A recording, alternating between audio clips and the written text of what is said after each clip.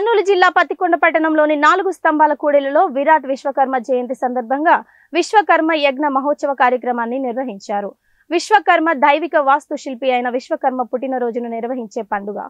ఈ సందర్భంగా ప్రతి సంవత్సరం సెప్టెంబర్ 17న విశ్వకర్మ పూజను నిర్వహించి హిందూ పురాణాల ప్రకారం విశ్వకర్మ స్వయంభుగా ప్రపంచ సృష్టికర్తగా పరిగణించబడ్డాడు.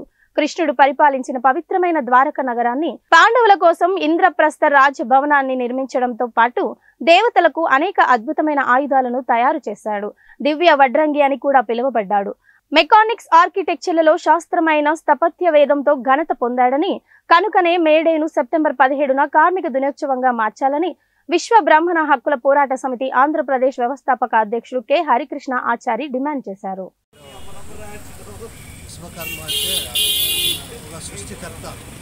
ఆయన ఈరోజు మన బేల్దారులకు కానీ ఒక రైతాంగానికి కానీ ఇవన్నిటికీ ఆయన అప్పట్లో ఐటమ్స్ చేసి వాళ్ళందరికీ సప్లై చేయడం జరిగింది. ఈరోజు ఎక్కడ చూసినా ఒక రైతు నాగేలు కావాలన్నా ఒక మడక కావాలన్నా అవన్నీ ఆయన అప్పట్లో ఒక ఇంజనీర్గా తయారు చేసి ఆయన ఇవన్నీ సృష్టించడం జరిగింది.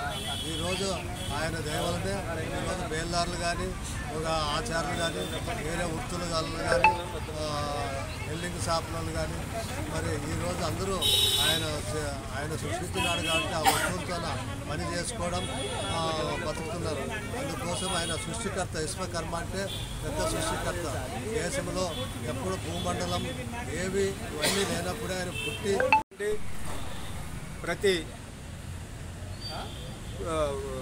కులవృత్తి చేసుకున్నటువంటి ప్రతి ఒక్కరికి కూడా విశ్వకర్మ అనే వ్యక్తి ఆదర్శంగా నిలిచినాడు.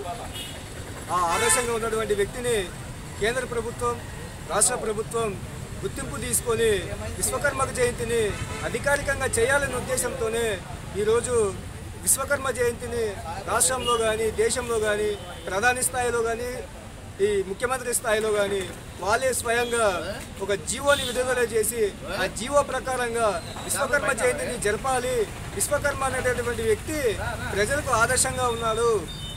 ఆయన చేసినటువంటి శిల్పులు, ఆయన చెక్కినటువంటి శిల్పులు ఈ దేశంలో చాలా ఉన్నాయి కాబట్టి ఆయన ప్రపంచానికి